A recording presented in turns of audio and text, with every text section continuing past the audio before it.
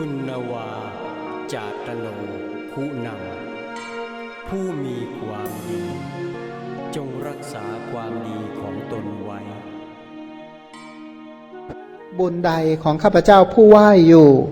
คำว่าไหว้หรือนอบน้อมด้วยกายวาจาใจซึ่งพระรัตนตรัยพระพุทธรัตนะพระธรรมรัตนะพระสังฆรัตนะพระรัตนตรัยนั้นเป็นสิ่งที่ควรบูชาสักการะเคารพนับถืออย่างเดียวเท่านั้น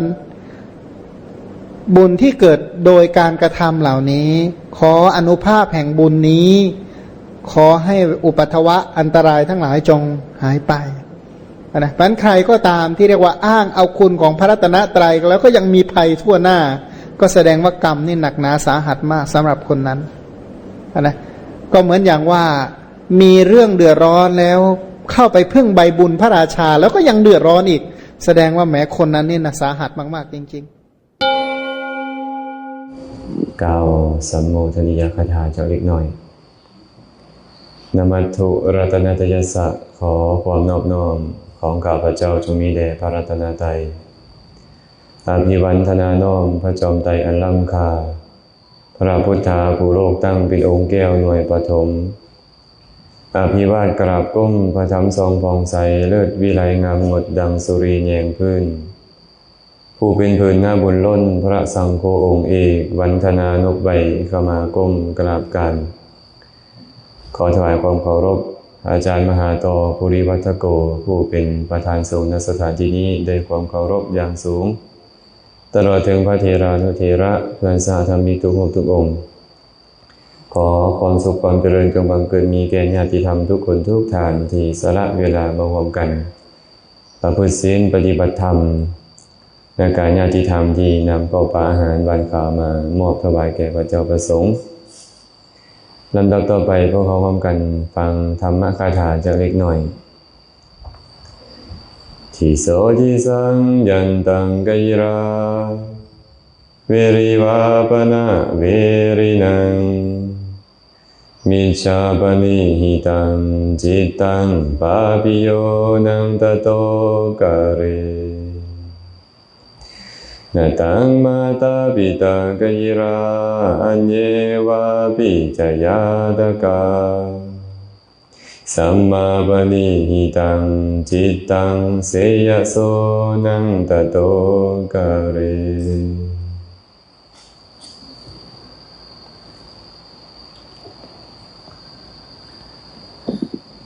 คาถาเหล่านี้พระสัมมาสัมพุทธเจ้าได้ตรัสไว้ในคัมภีร์คุถกนิกายธรรมบทก็ยังมีในคัมภีร์คุถกนิกายอุทาน แต่ก่อนจะได้อธิบายขยายความของพุทธพจน์เบื้องต้นก็ขออนุโมทนาบุญนำญาติธรรมเมื่อสุขสุคนที่เดินทางมาจากที่ไกลที่ไกลหลายคนก็มานอนตั้งแต่เมื่อคืนเนาะบางคนก็มานอนมาเตรียมถวายภัตตาหารแก่คณะพระเจ้าประสงค์แก่ผู้ปฏิบัติธรรมญาติโยมหลายท่านก็ตั้งใจมาประพฤติปฏิบัติเพื่อถวายเป็นพุทธบูชาเนื่องในวันค่ายวันประสูติตรัสรู้และเสด็จดับขันธปรินิพพานของพระสัมมาสัมพุทธเจ้า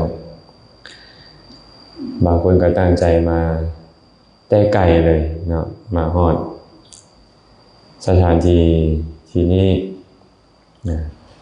หลายๆคนก็ตั้งใจว่าจะมาถวายพระป่าแต่บ่คันฮอดมื้อสิกลับก่อนเลยญาติธรรมหนองบกเนาะบ่เอิ้นหนองบกดีกว่าเอิ้นญาติธรรมนาคำจะหน่อยหนองบกยังบ่เมื่อนะเขาหน่อยน่ะสบายหลายบ่อนจัดงานเป็นปกติญาติโยมวันวิสาขบูชาเป็นวันสำคัญครูบาอาจารย์แต่ละวันแต่ละทีก็พากันจัดงานปฏิบัติธรรมแน่บางวันสมโภชพระบางวันก็เฮ็ดกิจกรรมต่างๆเพื่อเป็นพุทธบูชานั่นแหละเป็นผู้เดียวไม่อยากจะไปทุกบ่อนนี้ยากเนาะไม่ออกแก้วเนาะสิได้แบ่งเครื่องบ่หรือจังได๋ก็เลยต้องไปบ่อนนี้น้อยนึงบ่อนนั้นน้อยนึงก็เป็นเรื่องธรรมดาแต่ว่าไปใส่ก็ตามก็ขอให้เราตั้งใจอยู่เสมอว่าเราจะเจริญกุศลให้ได้ เราจะต้องเจริญกุศลให้ได้ถ้าไปแล้วเจริญกุศลบ่ได้ก็บ่ควรไปถ้าไปแล้วเจริญกุศลได้ให้ไปเนาะให้ไปวันใดก็ตามให้เราเจริญกุศลให้ได้เพราะว่ากุศลเท่านั้นจะเป็นที่พึ่งของพวกเราบ่มีอย่างอื่นได้บ่มีอย่างอื่นเลยกุศลจะเป็นที่พึ่งของพวกเราทั้งในโลกนี้และก็โลกหน้าอาตมายกคาถาขึ้นมากล่าวเมื่อกี้นี้บอกว่าที่โสที่สังยันตังกยิราเวรีวาปณะเวรินังมิจฉาปณิหิตังจิตตังปาปิโยนังตะโตกะเรคาถาแรกเนี่ยเพิ่นบอกว่าโจรหัวโจกเมื่อเห็นโจรหัวโจกแล้วยอมทำให้ซึ่งกันและกันให้ถึงความวิบัติชิบหายได้เวรีวาปณะเวรินังเช่นเดียวกันคนที่มีเวรกันสร้างกันโกรธเคืองกันพยาบาทมาดง่ายกันเห็นคนมีเวรเขาแล้วก็ยอมทำให้ซึ่งกันและกันให้ได้ครับความพินาศความชิบหายได้แต่ว่าใจของบุคคลจิตของบุคคลที่ตั้งไว้ผิดแล้วมิจฉาปณิหิตังจิตตังปาปิโยนังตะโตกะเรทำให้บุคคลนั้นเฮ็ดให้บุคคลนั้นซัวซ่าต่ำทรามยิ่งกลัวโจรทำให้โจรยิ่งกลัวคนมีเวรทำให้คนมีเวรเสียอีกพระพุทธเจ้าตรัสคาถาแรกไปจังสิพระองค์บอกว่าเวลาโจรหัวโจกนี่นะหัวหน้าแก๊งโจรเจอกันมันก็ทำให้กันบางครั้งก็ตายก็มีฆ่ากันจนตายก็มีบางครั้งก็เฮ็ดธุรกิจการงานกันให้พินาศจิบหายก็มีบางครั้งก็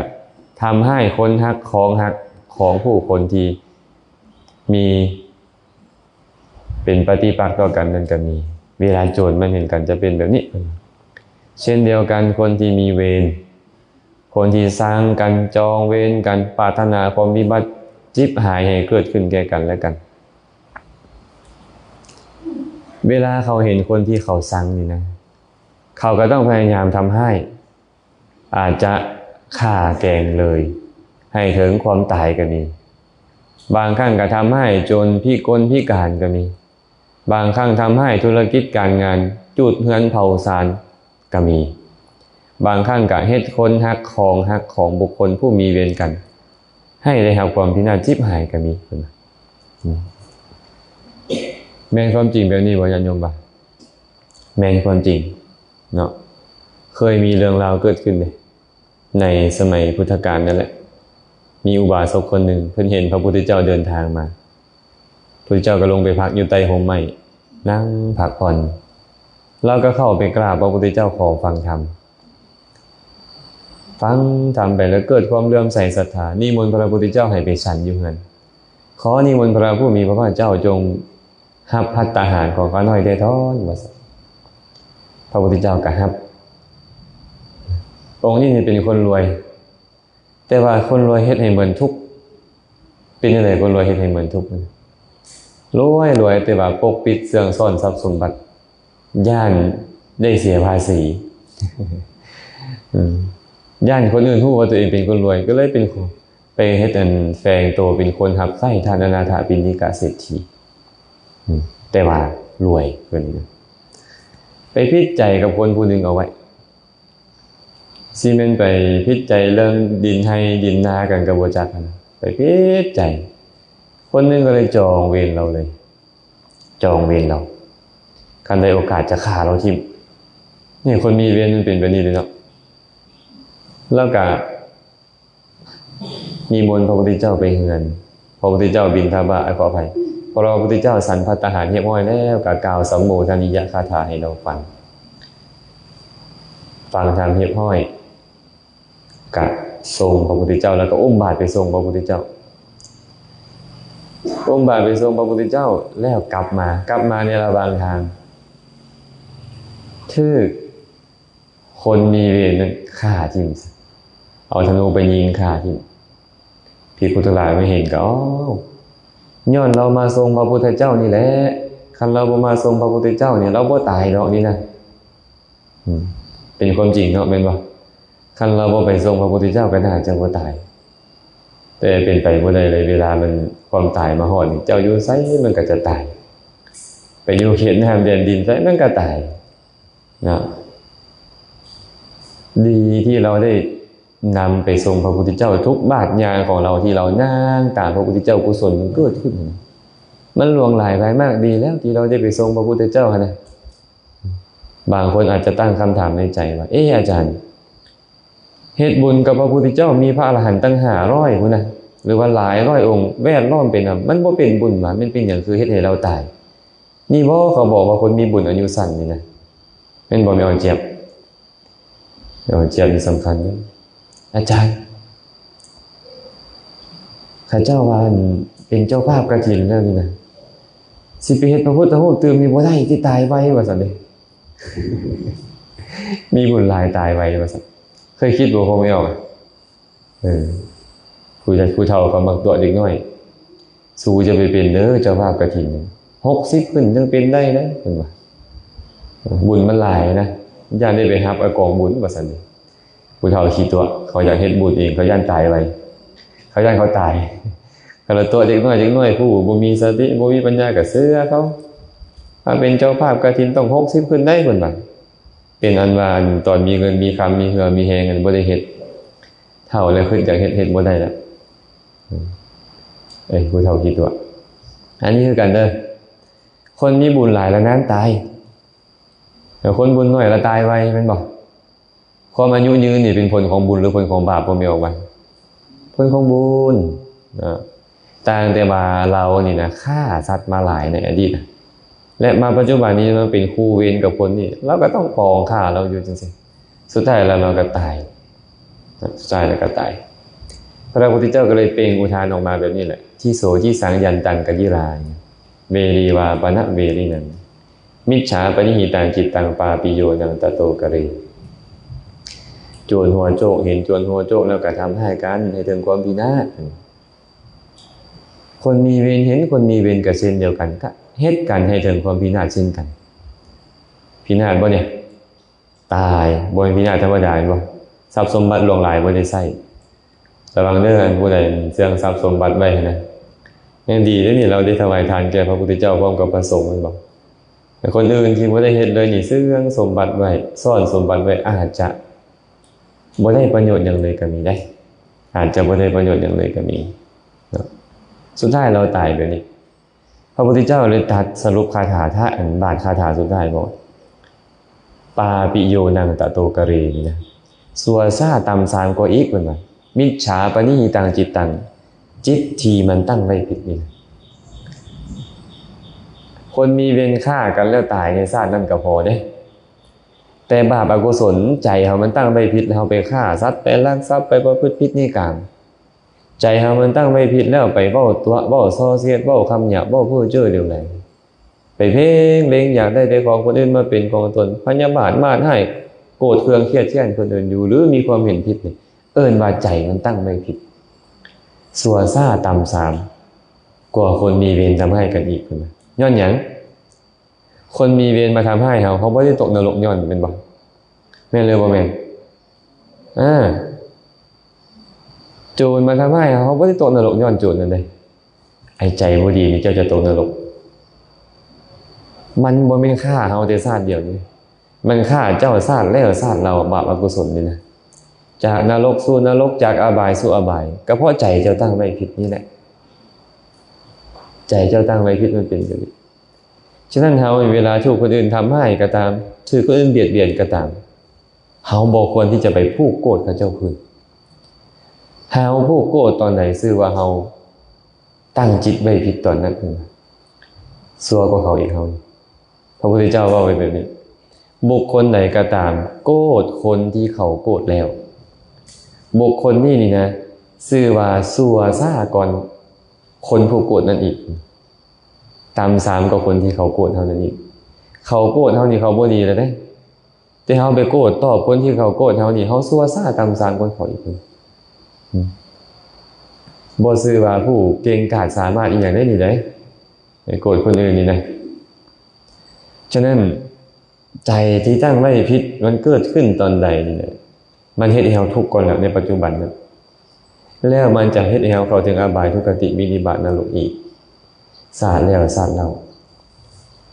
เคยได้ยินบ่เรื่องของเพศพี่น้องพระเจ้าพิมพิสารเคยได้ยินบ่ไปเฮ็ดหยังไปกินของสงฆ์ระวังเด้อพวกสารวัตรไปเด้อ มีภาษาสารวัตรอยู่ในท้องจาน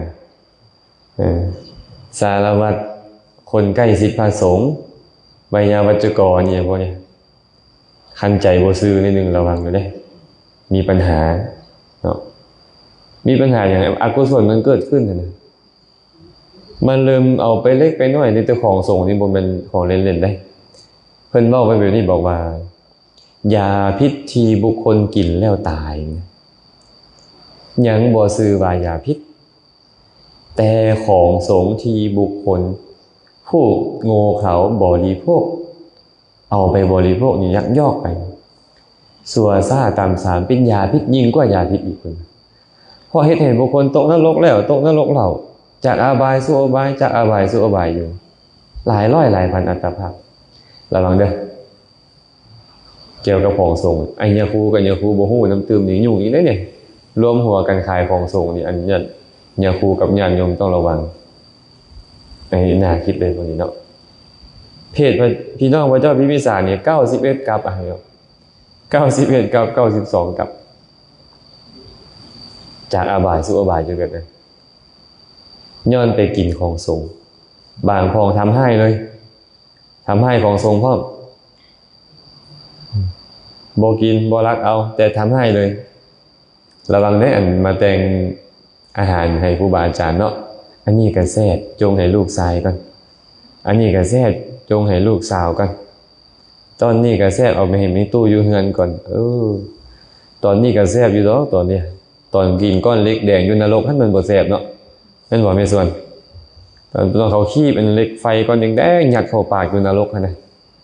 มันบ่แซ่บตอนนั้นเนาะเป็นหยังจึงเป็นแบบเนี้ยจากอบายสู่อบายนี่เขาตั้งใจไว้ผิดจิตมันตั้งไว้ผิดมันตั้งจิตไว้บ่ดีนั้นทางที่มันสิเฮ็ดให้ความสุขเกิดขึ้นเท่าใดอันเขาเอาของวัดของวาของสงฆ์ไปดำเด็กดำหน่อยนี่เป็นบ่แต่ก็ให้ได้บางคนนี่ยับเอาดินวัดได้อาตมาได้ยินข่าวมาไปรวมกันยังพอคนหนึ่งเพิ่นเว้ายับเข้ายับเข้าว่าซั่นเฮ็ดทั่วไว้นำกับบ่ทันอันพระเนี่ยบางเทื่อยับเอาเป็นไร่2ไร่เป็นบางเทื่อว่าโอ้บ่โดนกระต่ายว่าซั่นเป็นในบ้านซะว่าซั่นนี่บ่มีที่ในบ้านบ้านเฮานี่ อันนั้นเป็นในบ้านนั่นน่ะเอาไปบ่โดนถึงตายแสดงว่าเทวดาบ่มักเนาะอันเทวดาไปทำให้เขาก็ตั้งจิตไว้ผิดอีกได้นี่ก็ได้เด้เทวดาก็สิพินาศอยู่เด้นี่เป็นโทษของการตั้งจิตไว้ผิดมันจะเฮ็ดให้เรานี่ต้องทุกข์ในสังสารวัฏอีกโดนนานเลยควรบ่แบบเนี้ยบ่ควรเนาะฉะนั้นพระองค์เลยเตือนไปแบบนี้เทิงโจรเทิงคนมีเวรนี่นะที่เขาสั่งกันปานใดก็ตามเขาทำให้กันให้ถึงความพินาศหลายปานใดก็ตามยังบ่ทอตัวเองทำให้ตัวเองเลยไอ้ตัวเองทำให้ตัวเองก็คือตั้งจิตไว้ผิดนี่แหละพยายามฆ่าคนอื่นลักขโมยช่อโกงคนอื่นประพฤติผิดในบุตรภรรยาคนอื่นเว้าตัวต้มเขาเว้าส่อเสียดยุยงให้เขาแตกกันเว้าคำหยาบคำขายเว้าเรื่องราวเพื่อเจ้อเดี๋ยวไหลต่อคนอื่นใจนี่เพ่งเล็งอยากได้แต่ของคนอื่นมาเป็นของตนบ่อยู่บ่เศร้ามีความพยาบาทมาดให้ปองให้คนอื่นอยู่และเห็นผิดบ่ถูกต้องตามทำนองของธรรมนี่เอิ้นว่าจิตตั้งไว้ผิดเมื่อจิตตั้งไว้ผิดยอมเฮ็ดให้บุคคลนั้นชั่วซ่าต่ำทรามยิ่งกว่าอีกเพิ่นแสดงมันอยู่ที่เฮาหมดได้นี่เห็นบ่มันอยู่ที่เฮาหมดเลยไอ้ทุกสิ่งทุกอย่างเฮาเป็นตัวเป็นคนกำหนดเคยได้ยินเขาเจ้าว่าบ่เลือกเกิดบ่ได้นะคนเฮาเลือกเกิดบ่ได้แม่นคันเจ้าเกิดมาแล้วเจ้าเลือกบ่ได้แต่ตอนเจ้ายังบ่ได้เกิดเนี่ยเจ้าเลือกได้เจ้าอยากไปเกิดใส่พระพุทธเจ้าว่าไว้เลยในพระสูตรในทานุปติสูตรในสังขารุปปฏิสูตรก็มี ภิกษุทั้งหลายบุคคลผู้ประกอบด้วยศรัทธาศีลสุตตะจาคะปัญญาเขาได้เห็นเทิงบุคคลผู้เป็นกษัตริย์มหาศาลพราหมณ์มหาศาลขหบดีมหาศาลก็ตามเห็นเขาบำรุงบำเรออยู่ด้วยกามคุณทั้งหลายเขายอมปรารถนาแบบนี้ว่าโอ๋หนอหลังจากข้าพเจ้าแตกกายทำลายแล้วขอจงเข้าถึงความเป็นสหายของกษัตริย์มหาศาลเถิดพราหมณ์มหาศาลเถิดขหบดีมหาศาลเถิดภิกษุทั้งหลายเขาตั้งจิตนั่นอธิษฐานจิตนั่นเจริญจิตนั่นอยู่ด้วยแห่งอธิษฐานปรารถนาและวิหารธรรมของเขาเขายอมเข้าถึงความเป็นจริงนั้นเป็นเจ้าบอกไงนี่เขามีศรัทธาศีลสุตตะจาคะปัญญาอยากไปเป็นกษัตริย์ไปได้อยากไปเป็นพระมหาศาลไปเป็นเศรษฐีมหาศาลไปได้อีกอย่างหนึ่งเขาได้ยินได้ฟังมาว่าเทวดาสัญจาตูมกตามดาวดึงกตามยามากตามดุสิตกตามนิมมานรดีกตามปรนิมมิตวสวัสดีกตามเป็นผู้มีอายุยืนมีผิวพรรณวรรณะงดงามมีความสุขหลายเขาจึงตั้งความปรารถนาแบบนี้ว่าโอ๋หนอหลังจากข้าพเจ้าแตกกายทำลายแล้วขอจงเข้าถึงความเป็นสหายของเทวดาสัญจาตูมเถิดดาวดึงยามาดุสิตนิมมานรดีปรนิมมิตวสวัสดีเถิดภิกษุทั้งหลายเขาตั้งจิตนั่นอธิษฐานจิตนั่นเจริญจิตนั่นอยู่ด้วยแห่งอธิษฐานและวิหารธรรมของเขายอมเข้าสู่ความเป็นสิ่งนั้นเลือกเกิดได้หมดแบบนี้แต่บางสูตรก็ว่าหดพรหมไปเลยไปเกิดเป็นพรหมก็ได้แต่ต้องมีอย่างศรัทธาศีลสุตตะจาคะปัญญาศรัทธาก็คือความเลื่อมใสในพระพุทธพระธรรมพระสงฆ์นั่นแหละศีลนี่แหละก็ความเป็นขาดจากการฆ่าสัตว์เป็นต้น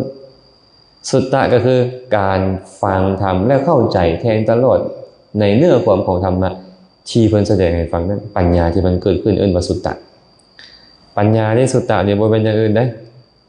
ปัญญาความรู้ที่เกิดขึ้นเพราะการฟังคันฟังซื่อๆฟังเป็น100 ปีแต่บ่เข้าใจเลยอันนั้นว่าฟังเสียงยังบ่แม่นสุตตะสุตตะก็คือตัวปัญญาที่มันเกิดขึ้นเพราะการฟังนั้นจาคะนี่ล่ะการให้ปันการสละเอิ้นว่าทานนั่นแหละและปัญญาตัวนี้หมายถึงความรอบรู้ในกองสังขารเห็นมาทุกอย่างบ่เที่ยงเป็นทุกข์เป็นอนัตตาเป็นต้นคันมี5ประการนี้นะเจ้าเลือกเกิดได้คนเลยบอกว่าเลือกเกิดบ่ได้แม่นแล้วเกิดแล้วนำมาสิไปเลือกได้เป็นบ่แต่เจ้าเลือกมาเป็นขอทานเองเพราะเจ้าบ่ให้ทานเจ้าเลือกมาเป็นขอทานเจ้ายอมที่จะเป็นขอทานโดยค่อยบ่อยากให้ของค่อยกับคนอื่นเจ้าก็มาเป็นขอทานสมใจเจ้าแล้วแต่เจ้าบ่ฮู้ตอนอดีตชาตินี่นะว่าเจ้าเฮ็ดไว้ใดเนาะเจ้าเกิดมาเป็นคนขี้ให้ท่ายเปเจ้าเลือกมาเองเจ้ามาโกรธเจ้ายอมที่จะเป็นแบบนี้ให้ได้โกรธหมู่ก็พอแสดงว่าเขาเลือกเกิดอย่างนั้นอย่าบอกเลยว่าเขาเลือกเกิดบ่ได้เลยบัดนี้ได้เลือกตอนนี้มั้ยอย่าไปเลือกตอนเกิดแล้วคันตอนเกิดแล้วมันเลือกบ่ได้แล้วเลือกตอนนี้อยากไปไสตอนนี้อยากเกิดแบบใดให้เลือกตอนนี้เหตุของมันเนาะต้องเหตุของมันได้อย่างน้อยๆจะต้องมีศีลได้เจ้าอยากเกิดเป็นมนุษย์เป็นเทวดาคันศีลบ่อยู่ทานดีบันได้กลับไปเป็นมหาพระราชาอยู่ไทยเพิ่นคุณนายทองแดงเขาเป็นหมาของรอเก่ากับเจ้าเนาะนอนห้องแอร์ขี่รถเบนซ์นั่งเครื่องบินคุณหมาอีหยังว่าปานนั้นกินอาหารต่างประเทศมาพวกเขาถีบรถถีบเก็บขี้เหงื่ออยู่ข้างทางมันก็เป็นจังซั่นเด้อพวกเขาก็เจ้าบ่มักให้ทานนี่แต่ว่าเจ้ามีศีลเจ้าก็เป็นแบบนี้แหละมาเกิดเป็นมนุษย์แล้วได้แต่อันมาตัวนั้นมันมักให้ทานแต่มันบ่รักษาศีลเอาไปได้ล่ะเนาะเมื่อวานนี้อาจารย์ต่อเพิ่นก็บอกสู่ฟังว่าอาจารย์องค์นึงเป็นเทศสันดานหมาเพิ่นไม่ใช่สันดานหมานี่นะมานี่นะเวลาเฮาเอาอาหารดีๆให้มันกินจับมันอาบน้ำมันดีมันบ่อยากอาบแม่นบ่แม่นโนล่ะบาดมันไปเห็นกองขี้ปุ๊บเป็นเลยขออภัยอาจเป็นคำหยาบแล่นใส่บ่แล่นใส่ไปเกือกเลยดมแท้ดมบ่ดมกองขี้เป็นอย่างที่เป็นแม่นั่นสันดานมาพวกเขาเนี่ยล่ะอันหาแนวดีครูบาอาจารย์หาแนวดีจั่วเอ้ย รักษาศีลแม่เจริญภาวนาแม่ไหว้พระสวดมนต์แม่ศึกษาธรรมะคำสอนบ่เอาไปเลือกที่จะเฮ็ดผิดศีลเป็นเรื่องเฮ็ดแนวบ่ดีกับสันดานมาบ่แม่นสันดานจั่วเนี่ยเป็นบ่เป็นรู้แม่เอาไม่ออกคือกันไม่ออกไปไหว้พระไปฟังธรรมไปรักษาศีลเด้อบ่ไปงานดองไปเต้นระวงไปบุญบั้งไฟไปอันนี้กับสันดานเนี่ยสันดานไม่ออก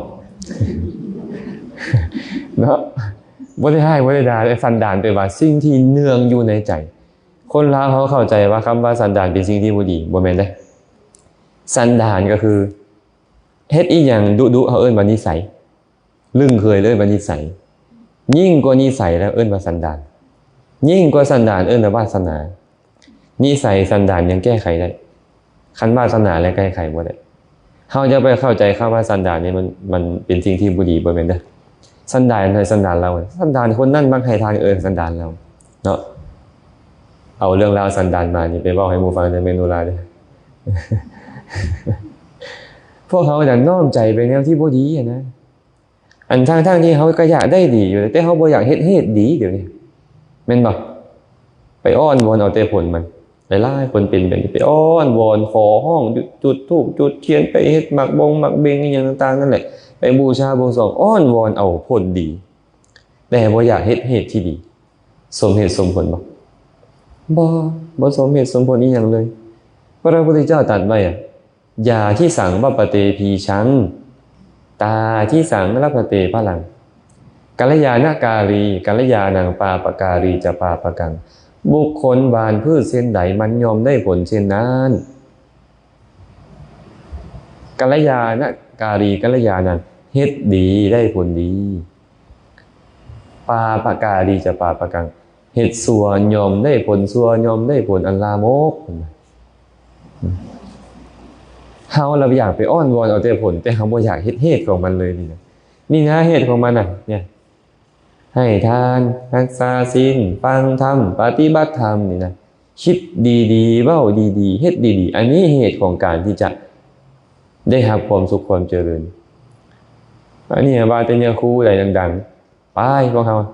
บางคนจ้างโยนมาจากต่างประเทศมันไปหาเนี่ยครูอันให้เหยียบมัน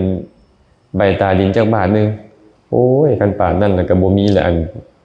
เจ้าของดินเขาก็ขายกันได้หมดนั่นแหละเนาะเป็นบ่แม่ตุ้ยเองเปล่าขายจักปีแล้วนั่นแหละบ่เอามาให้อาจารย์โนเหยียบไปจักบาทนึงถ้าอาจารย์โนเหยียบอาจจะเสียหายเลยก็ได้อันนี้บ่แม่นสิเจริญน่ะเนาะมันเปื้อนนะการสั่นใจพวกเขาก็จะไปเสื้อถืออันมงคลตื่นข่าวงมงายหลายคนบางคนพูดก็เป็นผู้ตื่นหู้เบิกบานแต่พวกเขาบ่ยอมตื่นกันเดี๋ยวนี้ง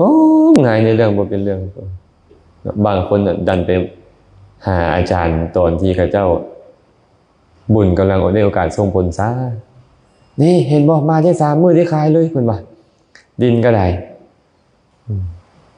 ต้องสวดมนต์บทนี้เด้อเห็นบ่ไม่เอาตุ้ยเขาจะมาติดต่อมาหาอาจารย์สวดมนต์บทใดจังรวยโอ้บ่ฮู้อันนี้นะ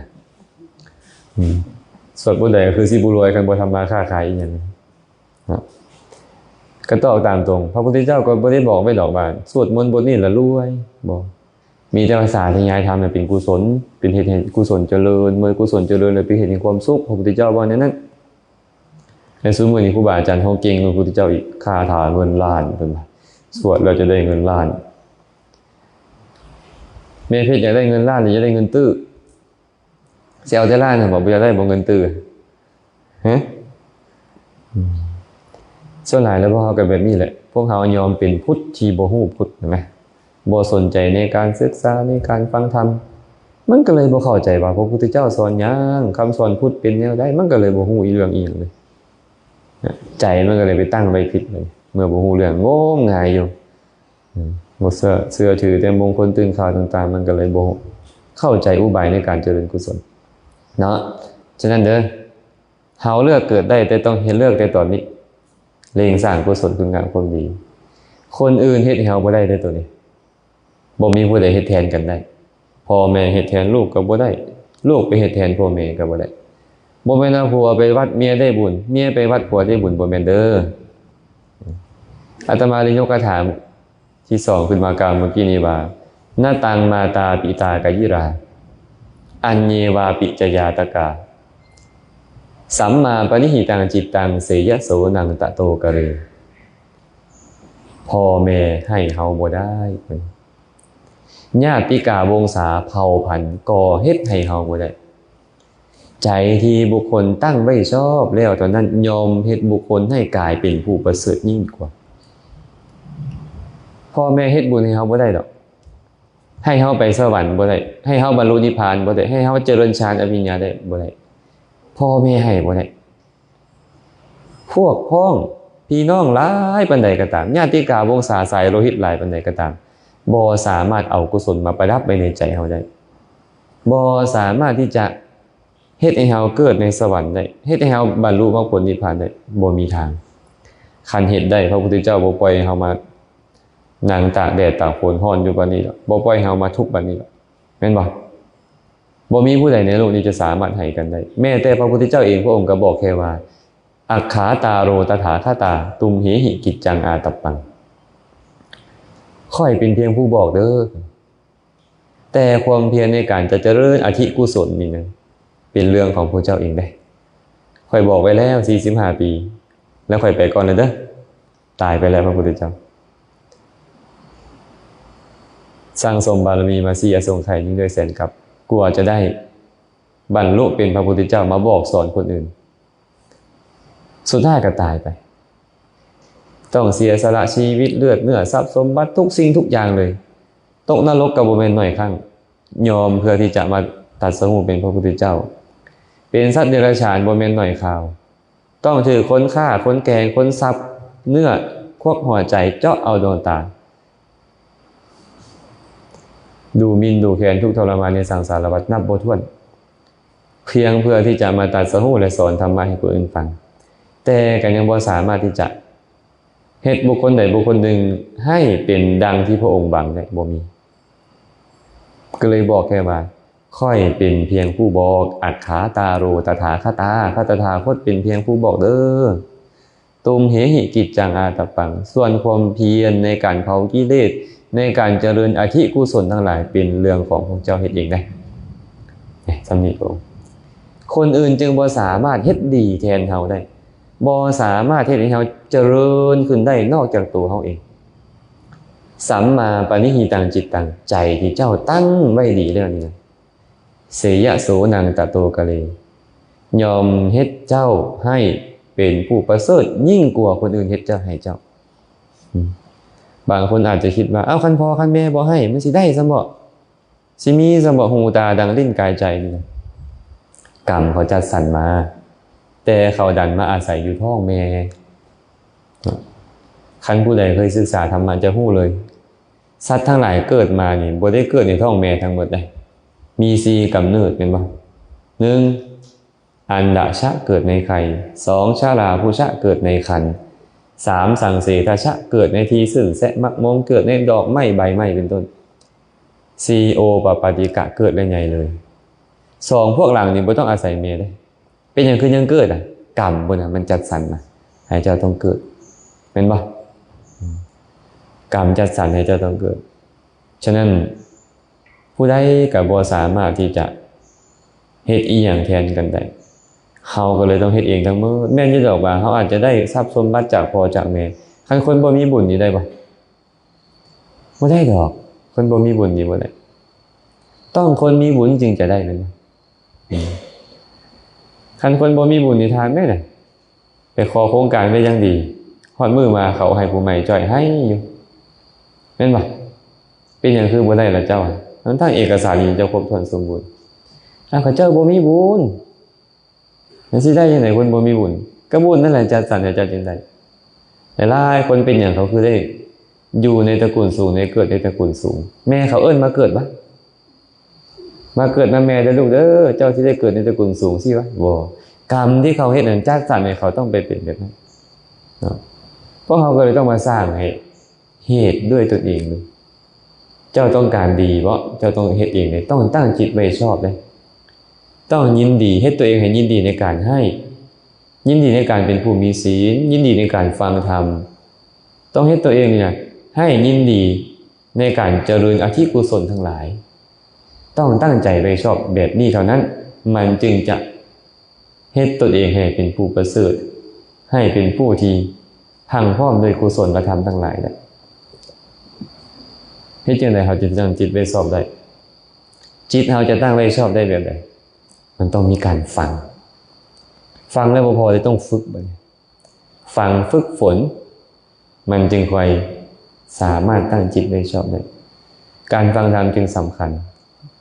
แล้วฟังแล้วบ่จบได้ต้องเอามาน้อมเข้ามาในตนโอปนายิโกแม่นบ่